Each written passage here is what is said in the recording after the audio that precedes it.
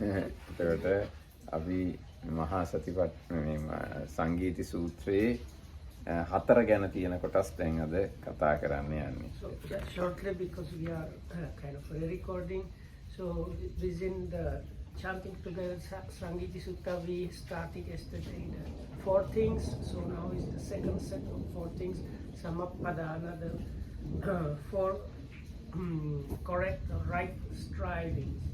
එතකොට තියෙනවා එවත්නි මෙහි භික්ෂුව නූපන් ලාමක අකුසල ධර්මයන් නොඋපදවනු පිණිස ඡන්දය උපදවයි උත්සාහ කරයි වැරවඩයි සිත ඔසවා තබයි පිහිටුවයි ඊගායක දෙවෙනි එක උපන් ලාමක අකුසල ධර්මයන් බැහැර කරනු පිණිස ඡන්දය උපදවයි වෑයම් කරයි වැරවඩයි සිත ඔසවා තබයි පිහිටුවයි ඊගායක නූපන් කුසල් දහම් ඉපදවීම පිණිස ඡන්දය උපදවයි වෑයම් කරයි වීරිය වඩයි සිත ඔසවා තබයි පිහිටුවයි ඊගායක උපන් කුසල ධර්මයන් සිටිනු පිණිස නොනැසීම පිණිස බොහෝ සෙයින් වනු පිණිස මහත් වනු පිණිස භාවනාවෙන් පිරෙනු පිණිස ඡන්දය උපදවයි වෑයම් කරයි වැරවඩයි සිත ඔසවා තබයි මේ හතර තමයි සතර සම්‍යක් ප්‍රධාන කියලා කියන්නේ.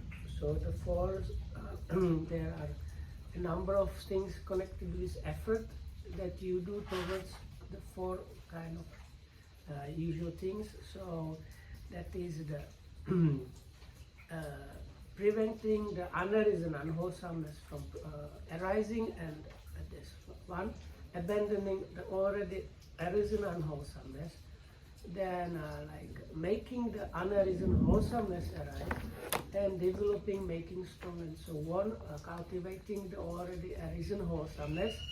But for all these 4 things, you generate the will, put in the bodily effort, start up the mental effort, and exert or like support the mind, and like that you strive in order to do these 4 things. So altogether, yes, this. Here a monk arouses his will, makes an effort, stirs up energy, exerts his mind, and strives to prevent the arising of unarisen evil or unwholesome states. Likewise, he arouses the will and so on to overcome evil unwholesome mental states that have already arisen. He arouses his will and so on to produce unarisen wholesome mental states, and he arouses his will and so on to maintain wholesome mental states that have arisen, not to let them fade away, to bring them to great growth and to full perfection of development. එතකොට දැන් මේ කුසල් දහම් උපදින්න ප්‍රධාන පළවෙනි කාරණා තමයි ඡන්දය කියන එක. ඡන්දං ජනේති. කැමැත්තක් තියුණොත් විතරයි කුසල් දහම් උපදින්නේ. කුසල් කරන්න කැමැත්තක් තියෙනවා මේකේ. මොනවද කුසල් කරන්න කැමැත්ත කියන්නේ? සිල් රකින්න කැමති වෙන්න ඕනේ. ධර්ම ඉගෙන ගන්න කැමති වෙන්න ඕනේ. භාවනා කරන්න කැමති වෙන්න ඕනේ. වත් කරන්න කැමති වෙන්න ඕනේ. දන් දෙන්න කැමති වෙන්න ඕනේ.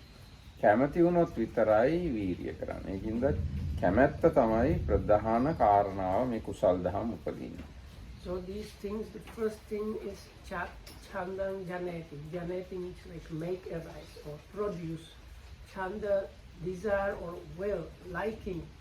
So because you have will or liking to observe the precept, you observe them. Because you have liking or will to do these chores and duties, that's why you do them. It's basically anything you need the will to do those things. Without the will to do those things, or even for the bad things as well, you need to want to. Bad things can මේ ඡන්දය ඕනේ. No, but it's there also. Chandan janati also is the akusala unwholesome. No, ඡන්දය මෙතන දැන් තියෙන්නේ අකුසලෙන් වැළකීම. Yes, but for that you need to also chanda. Yes, අකුසලෙන් වැළකීම ඡන්දය ඕනේ. අකුසලෙන් වැළකීම. If you want to avoid and abandon the unwholesome things, you also need to want it, basically. Without that, it cannot happen. So that's why first thing mentioned is producing the will or wanting it or desire. දැන් මේකේ හින්දා බුදුරජාණන්සේ දේශනා කළ තියෙන ඡන්ද මූලකා සබ්බේ ධම්මා. සියලු ධර්මයෝ ඡන්දය මුල් කොට ඇත කියලා වාක්‍යයක්. So in one practical place, the Buddha says the will or desire or wanting is the root of all things. දැන් මේක මේ ඡන්දය කියන එක හරිය වැදගත් දෙයක්. දැන් මේ ඔය දැන් මොළය ගැන කතා කරනකොට සාකච්ඡාවක් තියෙනවා මේ මොළය විතරක් නම් හිත ඡන්දය කොහොමද එන්නේ? අලුතෙන් යමක් කරන්න මේ කැමැත්ත ඇති කරන්නේ කොහොමද කියලා ඔයගේ සාකච්ඡාවක් තියෙනවා. මේ මොළය නොවන අපි හිතලා මතලා වැඩ කරන වෙන තව කොටසක් තියෙන්න ඕන. මොළයට විතරක් කැමැත්තවල් ඇති කරගන්න බෑ. ඕනකම් ඇති කරගන්න බෑ කියලා ඔහොම තර්ක කරන එකක් තියෙනවා. ඉතින් මේ ඡන්දය කියන එක හරියින් වැදගත් දෙයක්. ඡන්දයෙන් තමයි ඔක්කොම වීරිය කිරීම ආරම්භ වෙන්නේ. කුසලයේ සඳහා. කුසල සහගත වීරිය මේක අකුසලයේ වළකනවා කියන්නේ කුසලයක් නේ. ඒවා සඳහා පටන් ගන්න ඡන්දේ. So there is, I didn't get the point fully, but it seems there's like discussion if the mind is only the brain, where does the will come from? The liking come from to do things. But anyway, for anything wholesome, you need the liking or willingness for that. ඒ කියන්නේ අකුසලයෙන් වළකින්නත් ඡන්දය තියෙනවා. ඊට පස්සේ කුසලයේ වඩන්නත් ඡන්දය තියෙනවා. වඩපු කුසලයේ රැක ගන්නත් ඡන්දය තියෙනවා. මේ කාරණා තමයි මෙතන මේ සතර සම්‍යක් ප්‍රදාන කියලා අදහස් කරන්නේ. එතකොට ඡන්දයේ තියෙන එක්කෙනා තමයි උත්සාහ කරන්නේ. දැන් මේ ලෞකික දේවල් ගැන වුණත් එහෙම තමයි. කැමැත්තක් තිබුණොත් තමයි ඒවට උත්සාහ. දැන් කවුරු හරි ලොකු රස්සාවකට යන්න කැමැත්තක් තියනවා නම් තමයි මහන්සි වෙලා ඉගෙන ගන්නේ. ડોක්ටර් කෙනෙක් වෙන්න කැමති අය තමයි ડોක්ටර්ස්ලා වෙන්න මහන්සි වෙන්නේ. දේශපාලන රට පාලනය කරන්න කැමති බලයට කැමති අය තමයි බලය ලබා ගන්න මහන්සි වෙන්නේ. ඒ වගේම නිවන් දකින්න කැමති අය තමයි නිවන් දකින්න මහන්සි වෙන්නේ. නිවන් දකින්න කැමති නැත්නම් මහන්සි වෙන්නේ නැහැ. So the word strive can be also maybe called exert yourself. So it's people that want to become doctors that exert themselves and study, or people that want to attain Nibbana exert themselves in order to attain Nibbana. You won't exert yourself just with, if you don't have the will. So like that with really anything, if you want, if the exertion is put forward, it starts with the liking or willingness to do it. ඔව් ඉතින් දල වශයෙන් ඔය කාරණාව තමයි වීරිය චෛතසිකය තමයි මේ සතර සම්‍යක් ප්‍රදාන වල පසුබිමේ තියෙන්නේ. And the background, if you consider the classification of the mind factors, the background mind factor for all this is virya or the like mental energy. හැබැයි මේ වීරිය හැමතිස්සෙම කුසලයක් එක්ක නෙවෙයි යෙදෙන්නේ. අකුසලයක් එක්කත් වීරිය යෙදෙනවා. පාපයක් කරන්නත් දැන් යුද්ධයක් වගේ එකක් කරන්න ගොඩාක් වීරිය තියෙනවා. සමහරට හොරකමක් කරන්න උනත් වීරිය තියෙනවා. ඉතින් වීරිය කියන්නේ කුසල අකුසල දෙකේම යෙදෙන චෛතසිකයක්. නමුත් මෙතන සම්‍යක් ප්‍රදාන වශයෙන් අදහස් කරන්නේ ඒකාන්තයෙන් කුසලයි. So but the virya is the mind factor according to the Abhidhamma classification is a kind of mind factor that can combine with both wholesome and unwholesome. So even if you are at war, so you need to put like mental energy, mental effort in order to keep fighting and do all these unwholesome things by keeping the mind towards the unwholesome. So, but in this case, what we consider only the wholesome part of the mental effort of or energy virya. ඊට පස්සේ සතර සම්‍යක් ප්‍රදාන වීරිය වගේම තව එකක් තියෙනවා සතර ඉද්ධිපාද. ඒකේ වගේම නෙවෙයි.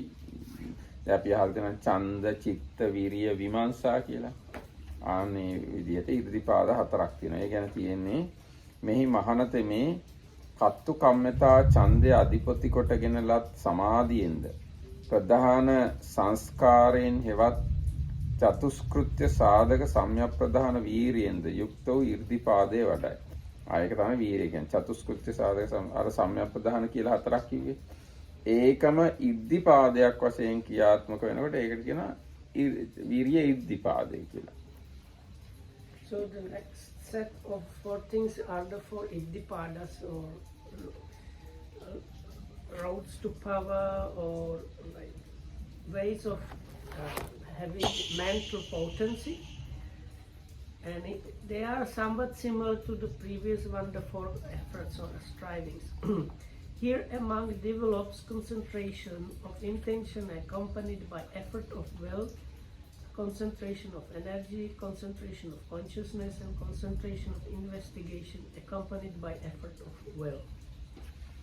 ඊටසේ චිත්තය අධිපති කොට ලත් සමාධියෙන්ද ප්‍රධාන සංස්කාරයෙන්ද යුක්ත වූ 이르දිපාදය වඩයි. ඒක තමයි චිත්ත ඉද්ධිපාදය. චිත්තය අධිපති කොටගෙන කියලා මෙතෙන්දී විශේෂයෙන් අදහස් කරන්නේ චිත්ත ඒකාග්‍රතාවය, සමාධිය කියන එක. සමාධිය ප්‍රධාන කරගෙන 이르දිපාදය වඩනවා. So the iddhipada, first one is where you use the chanda or the will or liking as your main thing for acquiring the concentration, and the iddhipada, the psychic potency. So the second one is called chitta, but the Markitan says it actually means the concentration itself. So you kind of take the concentration of the mind itself as the main thing and develop from that the concentration and iddhipada. අර මම මුලින් කිව්වේ ඒක නිවැරදි නෑ මම හිතන්නේ. පළවෙනි ඉද්ධිපාදය තමයි ඡන්ද.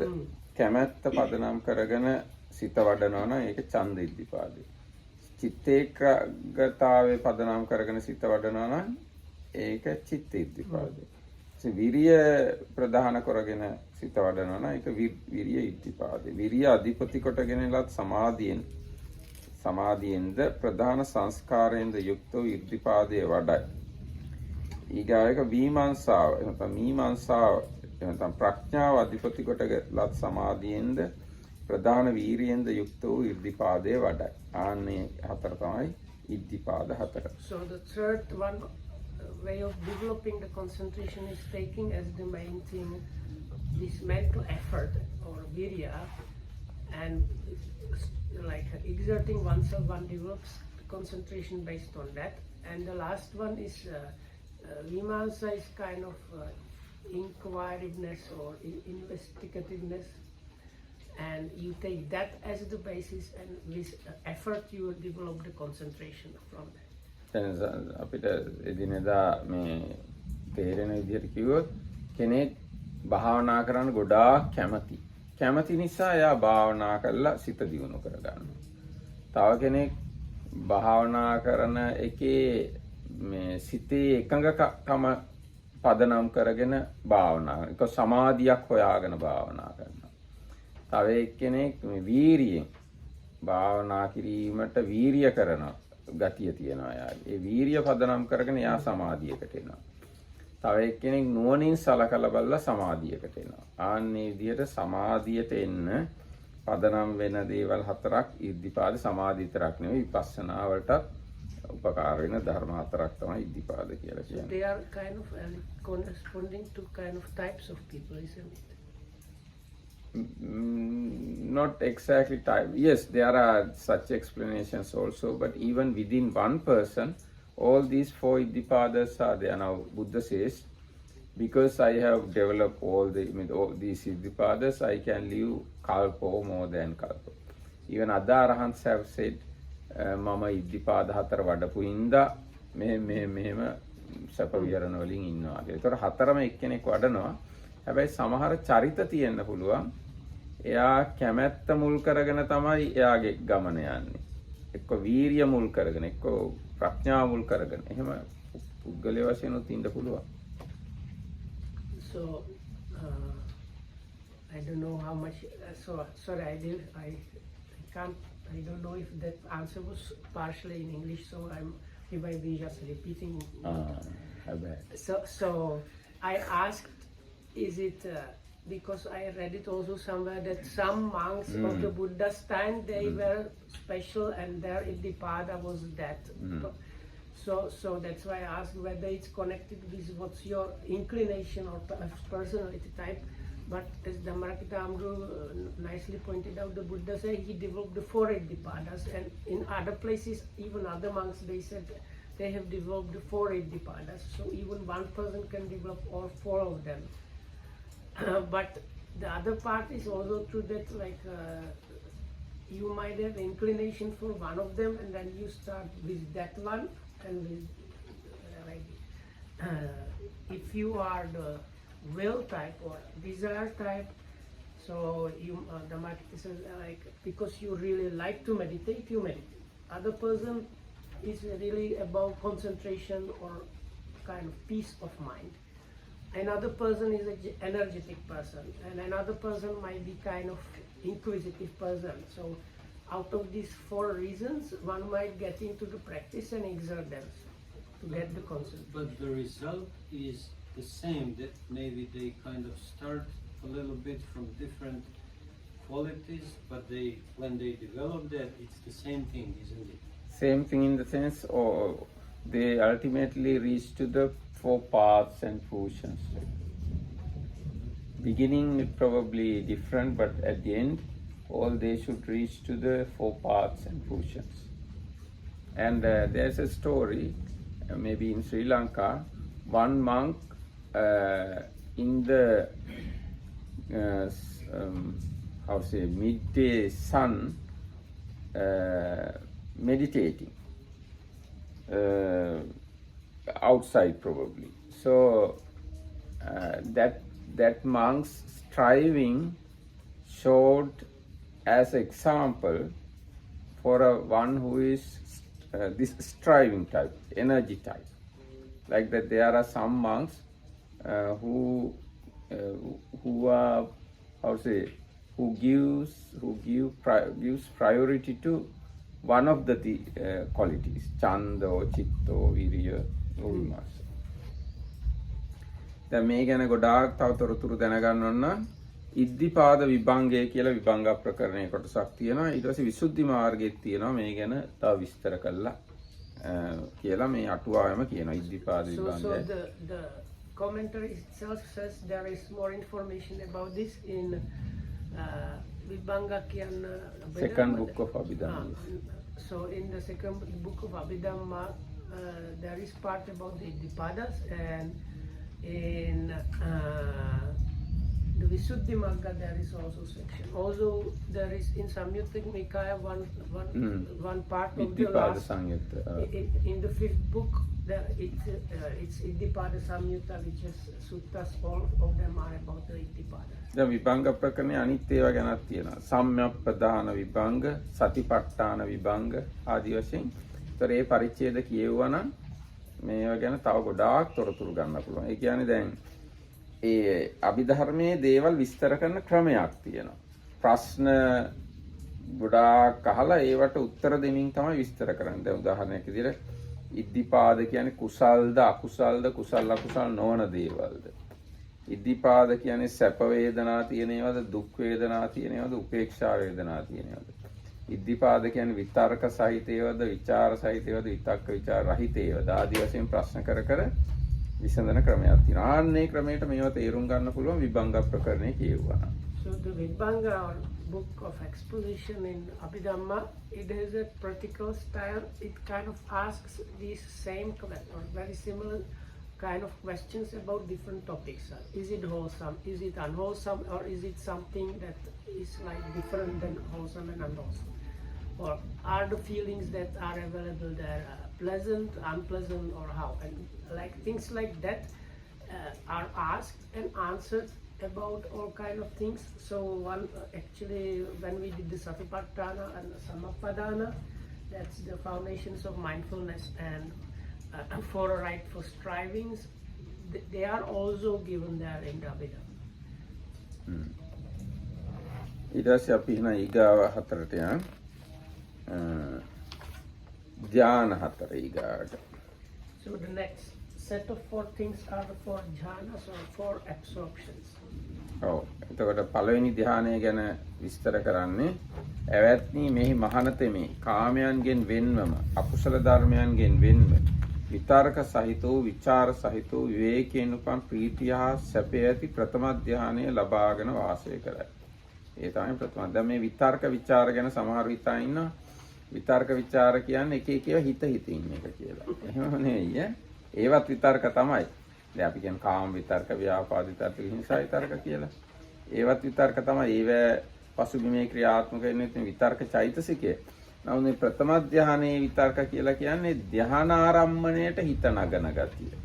දැන් අපි තුමු ධානයේ උපදවා ගන්න ආනාපාන සතියෙන් කියලා. ඒ ආනාපාන සතියට නැවත හිත නගන ගතිය සහ ඒ අරමුණ පිරිමදින ගතිය තමයි මෙහිදී විතර්ක කියලා කියන්නේ. අපි තුමු කසිනයකින් කියලා. නීල කසිනයෙන් කියලා.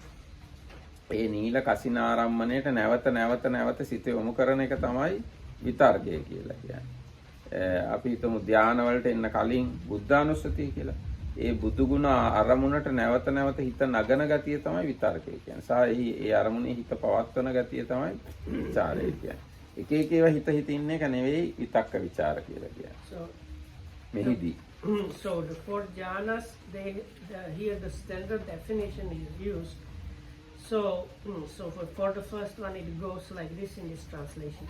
Here a monk detached from all sense desires, detached from unwholesome mental states, enters and remains in the first jhana, which is this thinking and pondering, born of detachment, filled with delight and joy. Oh, there is the translation. So but here it's nice because he translates the vitakka and vichara, thinking and pondering. So as Dhammakitambu said, some people say, oh, thinking and pondering, so you are kind of happily thinking whatever, whatnot. So here the vitakka and vichara are connected with your meditation object. So if your meditation object is the in and out breath, so the mind applying, turning towards the in and out breath is the vitakka, or staying with that is the vichara. If you do loving kindness, it's the loving kindness mind. If you do, let's say, blue kasina, it's the mind applying itself towards the blue kasina. If by you can do the recollection of the Buddha's qualities and achieve the neighborhood or access concentration, so where also these factors are there, so in that case it would be recollecting the Buddha's qualities, the thoughts connected with the Buddha that are the vitakka and vichara, not just any kind of random thoughts, because the random thoughts would be normal thoughts to do with sensuality or ill will or confusion and stuff like that. And as the definition says, you are removed from sensuality and removed from unwholesome. හැබැයි දැන් මේ විතක්ක චෛතසිකයම තමයි හොඳ පැත්තටත් ක්‍රියාත්මක වෙන්නේ. දැන් නෙක්ඛම්ම සංකප්ප, අව්‍යාපාද සංකප්ප, අවිහිංසා සංකප්ප ආදී වශයෙන් ක්‍රියාත්මක වෙන්නේ විතක්ක චෛතසිකය. කාම සංකප්ප, ව්‍යාපාද සංකප්ප, විහිංසා සංකප්ප වශයෙන් ක්‍රියාත්මක වෙන්නේ විතර්ක චෛතසිකය. මෙතන මේ ධානයේදී විශේෂයෙන්ම ධානාරමුණට විතර්ක කිරීම තමයි මෙතෙන්දී විතක්ක ਵਿਚාර කියන්නේ. So the vitakka or applied or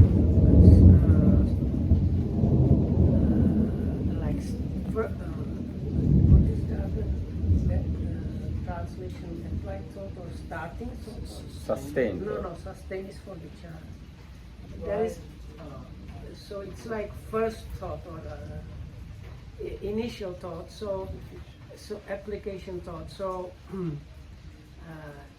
for vitakka, it can go both ways, wholesome and unwholesome. So there are actually also kinds of wholesome vitakka.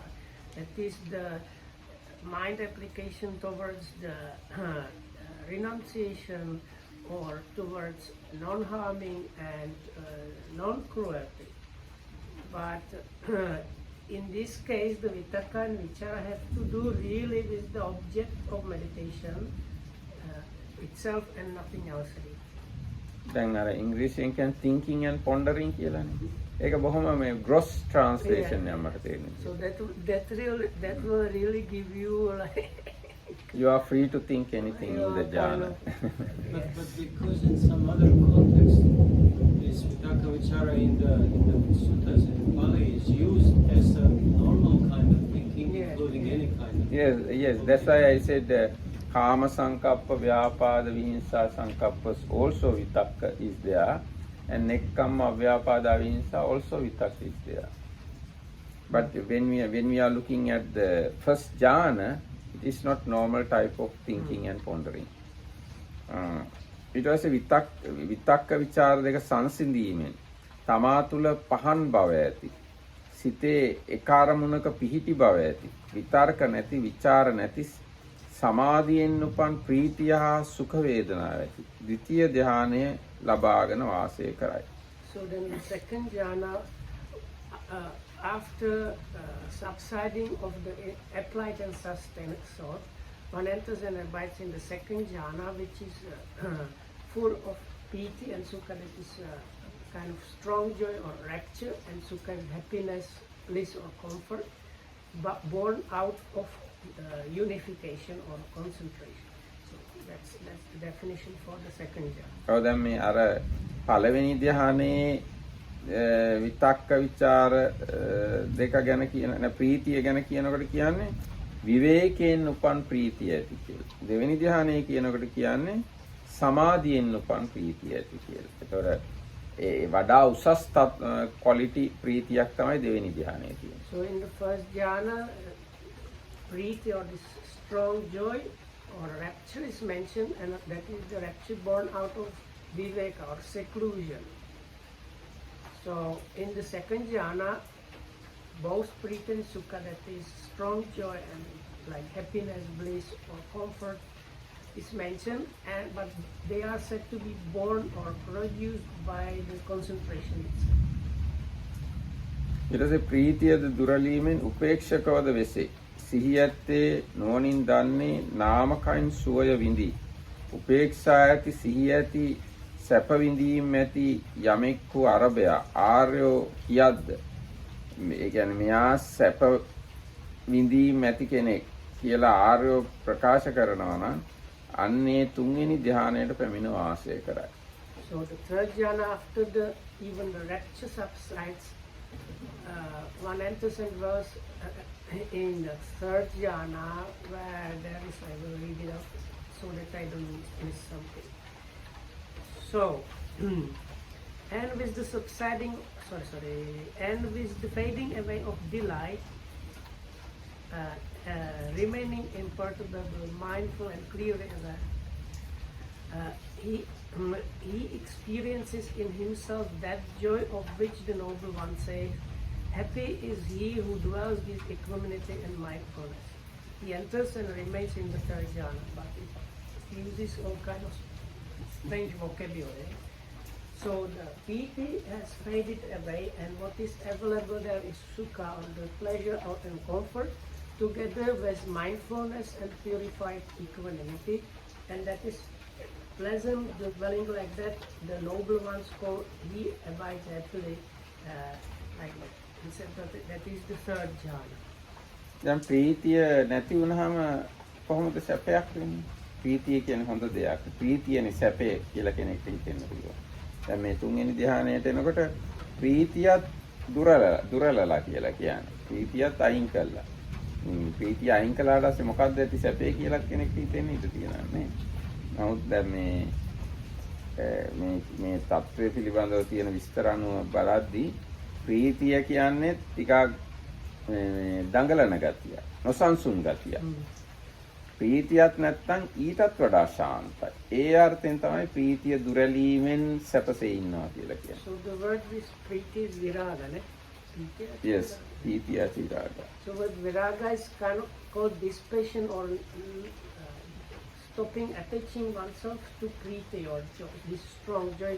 So Dhammakita Hamdu said, why do you say when the with the fading away of the joy or rapture, one has like pleasure or happiness? So because they seem to be like same, so the point is this strong joy or rapture is kind of disturbing because it's like too intense in a way. So when the mind realizes that this is like too much intense in a way that is disturbing, that one stops like functioning, and what is left there is this kind of peaceful, just being happy, something like that. දැන් උදාහරණයක් විදිහට මම කිව්වොත් දැන් අපි මේ එළියට ගියාම හුලං හමනවනේ. හුලං හැමීමේ සැපයක් තියෙනවා. ඒක ඇත්ත. නමුත් දැන් අපි AC කාමරයකට ගියාම ඒ හුලඟේ කලබලේවත් නැහැ. කූල් එකේ ඉන්නවා. හැබැයි කිසි කලබලයක් නැහැ. අන්න ඒ වගේ තමයි ප්‍රීතිය සංසිඳීම ඊට වඩා හොඳ තත්ත්වයක්. ප්‍රීතිය තියනවට වඩා. So the term traditionally, like if you go outside and there is wind, it's kind of cooling, but it's also wind. But if you go to a air-conditioned room, in there you have just the cool air. So which is like No commotion like outside. Eh? yeah, that's the We problem want- with the AC. We want to really be like it's also a little wind in from air conditioning, isn't it? No, I think. No, In the air AC condition, the AC is functioning by sucking and pulling the air in the room. That's it. yes, but we don't it on the affect body. it. Yes, we don't get it.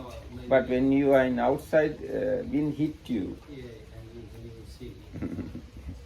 ඊට පස්සේ සුඛ වේදනාද බැහැරලීමෙන් දුක් වේදනාද බැහැරලීමෙන් පළමුවෙන්ම සොම්නස් දොම්නස් පහව යෑමෙන් සැපද දුක්ද නොවන උපේක්ෂාවෙන් සිද්ධ වූ සිහිය පිරිසිදු බව ඇති චතුර්ථ ධානයට පැමිණ වාසය කරයි.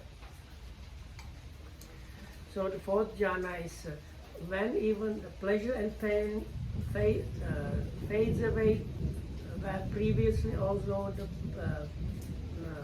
pleasure, mental pleasure and displeasure has also been abandoned.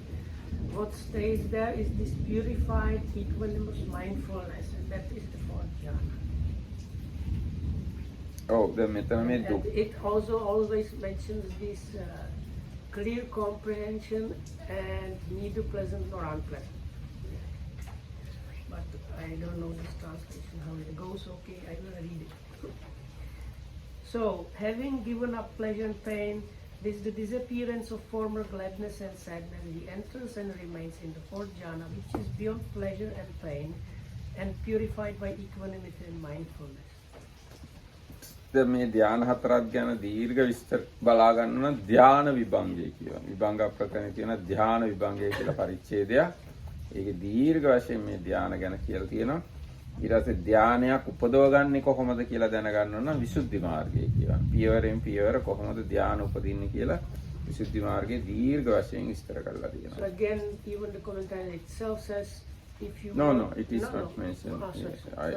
this is my So idea. the Dhammarakita was commenting, so that again in the Vibhanga Pakarana, that's the second book of Abhidhamma, you have again like exposition about the jhanas, but in the Abhidhammic classification there are 5 of them altogether. And in the Visuddhi Magga you can find lengthy description how to develop the jhanas. Again, how to get and develop. දැන් අර විභංග ප්‍රකරණයේ තියෙන අභිධර්මානුකූල ධාන ගැන විස්තරය විතරක් නෙවෙයි. ඒ දැන් අභිධර්ම පිටකේ ඒ විභංග ප්‍රකරණයේ කොටස් තුනක් තියෙනවා. සුත්තන්ත භාජනීය, අභිධම්ම භාජනීය, පඤ්ඤ පුච්චක කියලා පරිච්ඡේද තුනක් තියෙනවා එකම දෙය ගැන. ඒතර සුත්තන්ත භාජනීය යටතේ තියෙන මේ ධාන හතරම තමයි. ඊට පස්සේ අභිධම්ම භාජනීය යටතේ ධාන පහක් තියෙනවා. ඒ අභිධර්මයට අදාළ න්‍යායෙන් තමයි ඒක විස්තර කරලා තියෙන්නේ. පඤ්ඤ පුච්චක කියන එකේ අර අභිධර්ම භාජනීය විස්තර කරපු ධානය ගැන ප්‍රශ්න අහමින් උත්තර දෙනවා. So the Abhidhamma has this system. So it has the Suttanta exposition, the Abhidhamma exposition, and then the question exposition. So within the question exposition, you get the explanation about the 5 jhanas according to the Abhidhammic classification. But and in the Abhidhammic classification also the 5 jhanas. But in the Suttanta section, it explains it according to the Sutta method as 4 jhanas.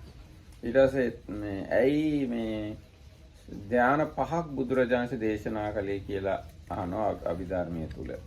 ඒ ගැන සඳහන් වෙනවා බුදුරජාණන් තවතිසා දිව්‍ය ලෝකයේදී මේ ධාන ගැන කියනකොට සමහර දෙවිවරුන්ට විතක්ක සහිත විචාර මාත්‍රයක් සහිත ධානයක් ගැන වැටහීමක් තිබුණලු. ආන්නේ දෙවිවරුන්ට විශේෂ වෙන පරිදි තමයි අර දෙවෙනි ධානය විස්තර කරලා තියෙන්නේ. ඒ කියන්නේ දැන් අභිධර්ම ක්‍රමයට විතක්ක විචාර පීති සුඛ ඒකග්ගතා සහිත පළවෙනි ධානය. දෙවෙනි ධානයේ විතර්ක පීති සුඛ ඒකග්ගතා සහිත දෙවෙනි ධානය කියලා. يعني සමහර දෙවිවරුන්ට තේරිලා තියෙනවා විතර්කය නැති නමුත් විචාර පීති සුඛ ඒකග්ගතා සහිත ධානයක් ගැන දැනුමක් තියලා තියෙනවා. ඒ අය ගැන සලකලා තමයි එහෙම පහක් දේශනා කරන්නේ. is for vitakka or vichara? Vitakka, right? Probably. Yeah. Vitakka මාත්‍රය සහිත. So now this is just kind of a revision. We have already spoken about this few times. So the Abhidhammic classification has first jhana same, then the second jhana is where the vitakka is not there. But No. Vichara මාත්‍රයක්, not vitakka මාත්‍රය. Vichara මාත්‍රයක්. But there is leftover of vichara there, and then piti sukha and ekagata. Then the third jhana is same like in the third jhana in the Abhidhammic classification and all is same like second jhana in the sutta classification and all. So that means no vitakka, no vichara, piti sukha and ekagata, and then only sukha and ekagata, and then only ekagata. So why one might ask why the Buddha used those 5 and then in the suttas 4. So because when he was teaching the Abhidhamma in Tavatimsa, he knew some of the devas had kind of understanding about jhana where there is some leftover of the vichara there. So that's why he explained it in these 5 steps instead of the normal 4 that we find in the suttas. ඒකම දැන් මේ ධාන හතර ගැන මේ තියෙන විස්තරය කියවහම කෙනෙක්ට හිතෙන්න පුළුවන් පළවෙනි ධානයට පස්සේ දෙවෙනි ධානය, දෙවෙනි ධානයට පස්සේ තුන්වෙනි ධානය, ඊට පස්සේ හතරවෙනි ධානය කියලා. නමුත් ඇත්තට සිද්ධ වෙන්නේ එහෙමම නෙමෙයි. So because of the suttas one might think the first jhana is like that, then the second jhana like that and so on, but actually it is not happening like that whenever the Marakita says. ඒ කියන්නේ පළවෙනි ධානය උපදවාගත්ත එක්කෙනා ඒකේ ආදීනව සිහි කරලා දෙවෙනි ධානයේ ආනිසංස සිහි කරලා තමයි දෙවෙනි ධානයට එන්නේ. ඒ කතාව මෙතන කියලා නැහැ. ඒ කියන්නේ දෙවෙනි ධානය උපදවගත්ත එක්කෙනා දෙවෙනි ධානයේ ආදීනව සිහි කරලා තුන්වෙනි ධානයේ ආනිසංස සිහි කරලා තමයි තුන්වෙනි ධානයට එන්නේ. ඒ කතාව මෙතන නැහැ. ආන්නේ විදිහට මේ ධාන අතර උපචාර සමාධියක් කියනවා හැමතිස්සෙම. ඒ කාරණාව මේ සූත්‍රයේ කියන්නේ නැහැ. ඒක ඉතින් අනිත් ධර්ම දැනුමෙන් තේරුම් ගන්න ඕනේ. So, but it's there, not in this sutta, but there is a sutta which talks about this. How it is said? Tapasu Baluka Sutta. Is it said after first jhana you have to go to again Kamavachara chittas to contemplate? It doesn't use these words, but it talks how the bodhisattva cannot get into the first jhana, then cannot get to the second jhana because he could not see the drawbacks of the first jhana and the benefits of the second jhana. But once he has understood those things, he was able to enter the second jhana. And it goes like that. Yes, now jhana always Rupavachara and Arupavachara. But in the jhana you don't think anything other than jhana something. So when you are thinking other things, anisanso adina, it is not jhanic mind, it is kamavachara mind. That fact not mentioned in the explanation of jhana here. දැන් ඒක පැහැදිලිනේ නේද? දැන් මේකේ කියලා තියෙන පළවෙනි ධ්‍යානෙ මෙහෙමයි, දෙවෙනි ධ්‍යානෙ මෙහෙමයි, තුන්වෙනි ධ්‍යානෙ මෙහෙමයි, හතරවෙනි ධ්‍යානෙ මෙහෙමයි කියලා.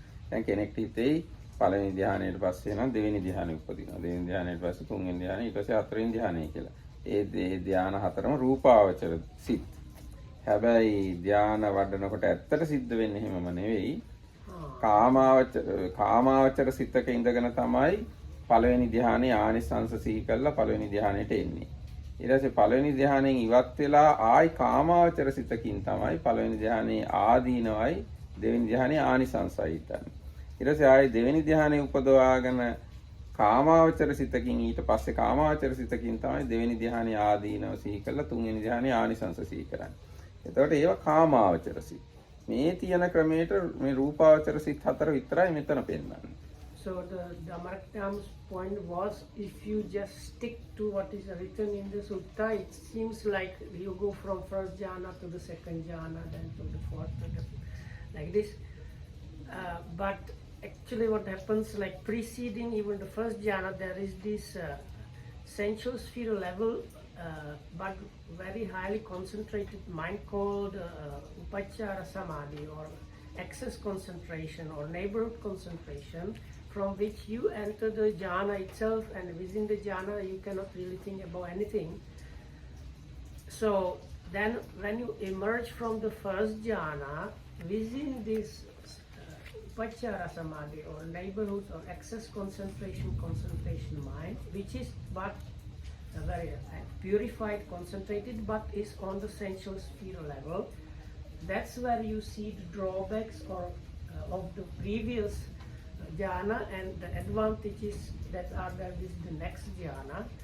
And with that you might enter the higher level of jhana. So after being in the higher level of jhana, and you emerge again into the neighborhood or excess concentration level, which is sensual sphere level, and within that you might see the drawbacks of that jhana and the benefits of the higher jhana. So, but in the sutta it does not like directly mention anywhere about this, whether it is the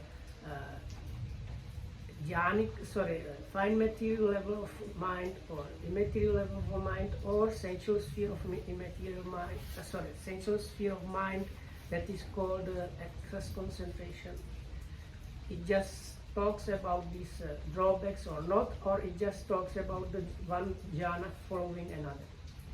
But does it mean, Bhante, that necessarily after exiting one jhana, before entering another, there is that kind of experience of access? Yes. One should have excess concentration, at least when you are obtaining first time. At least if you mastering jhana, you need to time go to the sense sphere consciousness. Using sense sphere consciousness, you think and understand the drawbacks and advantages of jhanas. Then only you can absorb, or you can go into the next level. But for somebody who is already an expert, let's say a Buddha or somebody, that is probably not necessary. I think if you master your jhana, then this access concentration probably no need, or you need very little amount of access concentration. Yeah, here it says, this is about the Buddha's final passing away. So you can kind of guess that you need to go to something else, not from direct to jhana. When the when the Blessed One entered the first jhana, and leaving that, he entered the second. So it's, I think in the Pali, it seems to kind of a little bit imply you have to like emerge from the jhana. So other thing is, now here also in Parinibbana Sutta also, having emerged, he entered. So it seems to stipulate like there are two steps, not that you direct jump. Even though Sutta doesn't mention that in between two jhanas there is sense sphere consciousness, maybe in real world, practically, there can be sense sphere consciousness in order to attain next step. That's the thing. We have to understand that Sutta level is one thing. Abhidhamma has more detail. ඊගාට සමාධි භාවනා හතරක් තියෙනවා. Oh, this is very low. So we can just read it and have to read the explanation. Okay. ඊගාට සමාධි භාවනා හතරක්. දැන් මේ ධානය ගැන යම් අදහසක් ආවනේ නේ. ඊට පස්සේ ඔන්න අපි ධානය ගැන තව ටිකක් කතා කරනවා නම් දැන් බුද්ධානුස්සති, ධම්මානුස්සති, සංඝානුස්සති, සීලානුස්සති, ත්‍යාගානුස්සති, දේවතානුස්සති වගේවැන් මරණානුස්සති අසුභේ පුළුවන්. වගේවැන් මේ පළවෙනි ධ්‍යානයටවත් එන්න බෑ.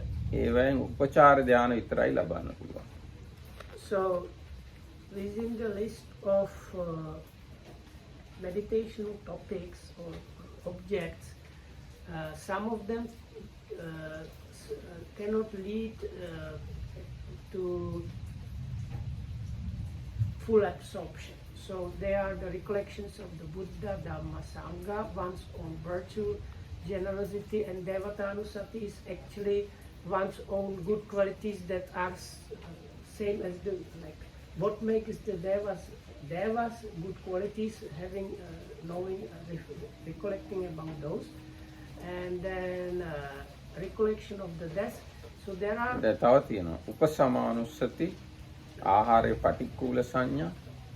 These things also Upasamana, what is Upasamana? Upasama means reflecting on Nibbana. That's etam santa, etam panita, the katawa. Yes, probably can be. Yes. That is like reflection on peace, or recollection of the peace is called it in the English, I think. Actually, it's a reflection on Nibbana, actually. Again, there are explanation, I think, other than Aryans, others can't do this Upasamanusati. And ahara particular sanya is perception of perceiving the food in the opposite manner. No, I don't like repulsing. This is good. Bad Because Vinita Andhra doesn't do it. No, I read the definition in the Visuddhi Magga, and actually once or twice I Because came up Vinita with Andhra developed ahare appatikula sanya. Okay. You continue. Okay, so that's all I have to say. ඊට පස්සේ හැබැයි ආනාපාන සතිය කසින අසුබ ඒවැයෙන් පුළුවන් පළවෙනි ධ්‍යානයට එන්න. So these other topics they දස lead කසින to දස අසුබ ඒවැයෙන් පුළුවන් පළවෙනි ධ්‍යානයට එන්නට මතක තියෙනවා. ඊට පස්සේ අසුබ වලිනුත් අසුබයෙන් පුළුවන් පළවෙනි ධ්‍යානයට එන්න විතරයි. දෙවෙනි තුන්වෙනි ධ්‍යාන වලට යන්න බෑ. And they say with the asubha, that's the bodily parts contemplation, they say you can go only to first jhana. මෙත්තා කරුණා මුදිතා උපේක්ෂා හතරෙනුත් ධ්‍යාන හතරට යන්න පුළුවන් අනුපිළිවෙලින්. And with the Brahma Viharas, that is loving kindness, compassion, altruistic joy, and equanimity, one can go get all the four jhanas. ඒ වගේ මේ ධ්‍යාන ඉතාමත්ම සැපදායක දේවල් කියලා කියන්නේ. මේ කාම ලෝකයේ මිනිස්සු ඉඳින සැප වලට වඩා ඉතාමත්ම සැපදායකයි ධ්‍යාන කියන ඒවා. So these jhanas are extremely comfortable, like unbelievably comfortable. So because they are beyond the sensual sphere, so the comfort you have like is beyond the sensual sphere comfort. ඒකින්ද ඒ ධ්‍යාන වඩන අය උපදින්නේ බ්‍රහ්ම ලෝකවල. So because of that one gets rebirth in those Brahma spheres. ඒ වගේම ධ්‍යාන නිර්වාණ අවබෝධයට ඉතාමත්ම උපකාරයි. දැන් අර සම්මා සමාධිය යටතේ බුදුරජාණන් විස්තර කරන්නේ නිතරම මේ ධ්‍යාන හතර තමයි. Although they are extremely helpful for the realization of Nibbana, that's why almost everywhere where the Buddha talks about the right concentration, immediately the four jhanas are mentioned as the right concentration. ඒකම ඒ ධ්‍යාන වල යම්කිසි නිවනට බාධා කර ගතියකුත් තියෙනවා. ධ්‍යාන ඉතාම සැපවත් හින්දා ධ්‍යාන අතහැරලා නිවන් දකින්න අකමැති ගතියකුත් වෙන්න පුළුවන්. So there can be kind of disadvantage in the jhana in a way that they are so comfortable. So that's why one needs to be able to give up the comfort of the jhana in order to realize Nibbana. දැන් මේ සාමාන්‍යයෙන් කාමාවචර සැපේ වල අතහර ගන්න බෑ. එහෙම තියෙදි ධ්‍යාන සැප කොහොම අතහරින්නද? අන්න ඒ ප්‍රශ්නේ තියෙනවා. So you can think this way, like how easily are you able to give up the sensual sphere, like comfort or kind of happiness or bliss? So then if you consider that one, and you know the jhanas, bliss, happiness or comfort is of much higher order, so that can give you some idea how easy it is to like let go of them or not. එතකොට අන්න එහෙම ඉතින් ධ්‍යාන පිළිබඳව ධර්මයේ විස්තර කරලා තියෙනවා. තවත් ගොඩක් විස්තර තියෙනවා. ඉතින් එහෙනම් මම හිතනවා අද දවසට මේ ප්‍රමාණවත් කියලා හැම දිනකටම තෙරුවන් සරණයි. So that's it for today. May you be well and happy, and thanks for listening.